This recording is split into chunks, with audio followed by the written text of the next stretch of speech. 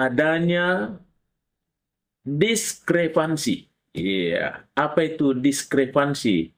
Ya, diskrepansi tentunya di sini adalah eh, inti.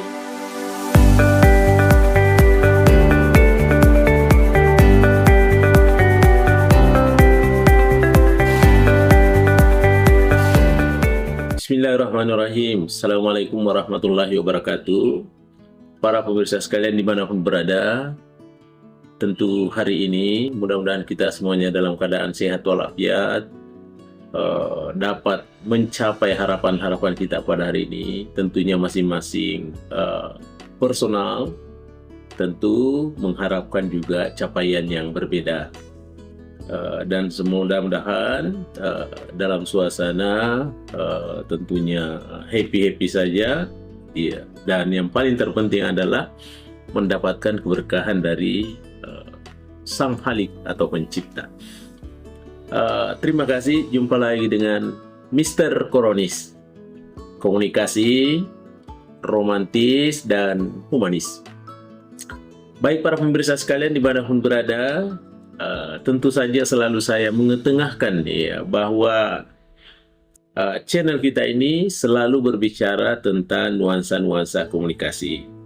Tentu terkait dengan fenomena-fenomena komunikasi yang terjadi, apakah komunikasi itu sifatnya dia efektif atau dia tidak efektif. Ya, apakah komunikasi itu sifatnya dia datang dengan membawa solusi atau justru komunikasi itu hadir dengan membawa masalah. Ya, saya selalu ketengahkan kepada pemirsa sekalian, mahasiswa semuanya di kampus, saya katakan bahwa upayakan kita hadir dengan selalu membawa pemecahan masalah. Bukan kita hadir di suatu momen dengan membawa masalah. Namun demikian, ya para pemirsa sekalian, tentu saja kadangkala ada hal-hal yang tersampaikan itu menurut kita, ukuran kita adalah sesuatu yang sudah baik, tetapi persepsi orang belum tentu baik. Iya. Makanya biasanya lahirlah yang satu istilah komunikasi yang disebut dengan komunikasi konfrontasi. Iya, kalau di bahasa sederhanakan, konfrontasi adalah ada perlawanan. Iya. Dalam konteks komunikasi umpamanya, konfrontasi itu sebetulnya bukanlah tentang menyerang ya atau memulai satu pertengkaran, tetapi sebaliknya, konfrontasi itu adalah sebuah teknik komunikasi asertif yang digunakan untuk menunjukkan adanya ketidaksesuaian antara apa yang dikatakan seseorang dengan apa yang sebenarnya yang mereka lakukan. Iya, ada jeda, ada gap antara dasalin dan dasein, ya, harapan dan kenyataan. Maka lahirlah yang namanya disebut dengan komunikasi konfrontasi. Sekarang, bagaimana unsur-unsur yang dibangun dalam komunikasi konfrontasi itu agar tetap efektif dan tidak merusak hubungan? Ya, tentu ada trik-triknya ya. Yang pertama, yang perlu kita perhatikan adalah data harus objektif. Data adalah sesuatu yang sangat urgent, yang sangat urgent sekali. Karena komunikasi konfrontasi itu unsur utamanya harus dimulai dengan fakta. Makanya harus dengan data, bukan asumsi. Jadi kita harus menyampaikan apa yang Anda lihat, umpama apa yang kita lihat atau apa yang didengar secara spesifik tanpa harus bumbu emosional. Itu namanya apa ya? Data asli, data yang original. Ya, itu yang pertama.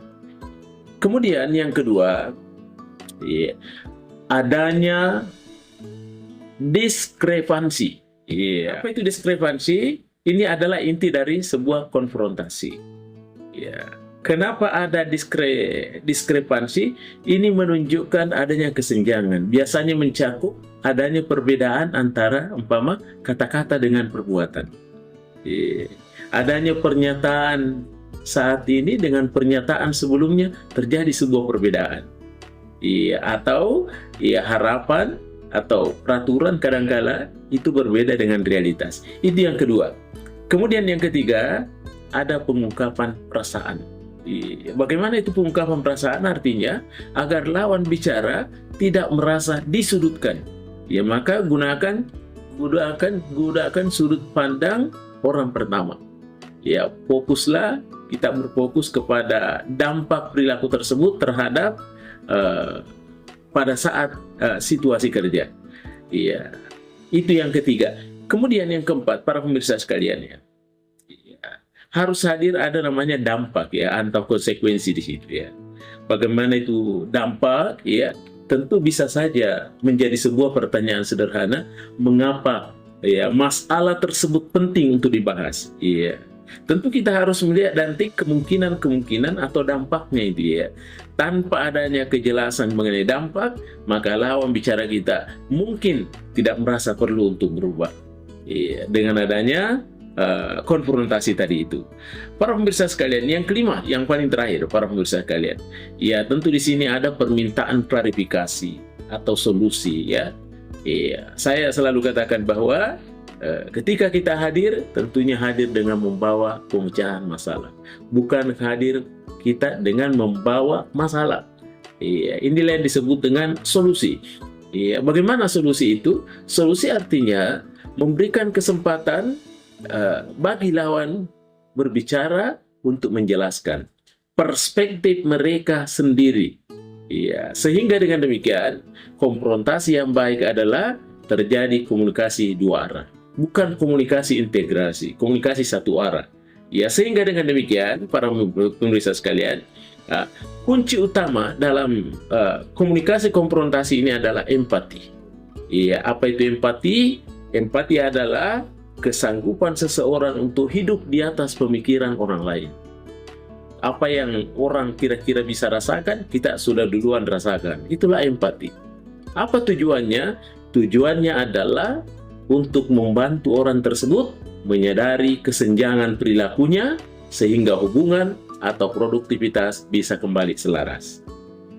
Saya berpikir para pemirsa sekalian, inilah inti daripada bagaimana sebuah komunikasi konfrontasi dibangun dan bagaimana agar ujung-ujungnya terjadi sebuah keselarasan. Meskipun ada konfrontasi, tetapi endingnya nanti, di akhir nanti ada sesuatu keselarasan dan kesamaan. Meskipun di awal ada perbedaan, tapi berakhir dengan kedamaian dan keharmonian. Baik para pemirsa sekalian dimanapun berada, terima kasih atas segala atensinya. Mr. Koronis mengundurkan diri. Assalamualaikum warahmatullahi wabarakatuh. Mr. Koronis.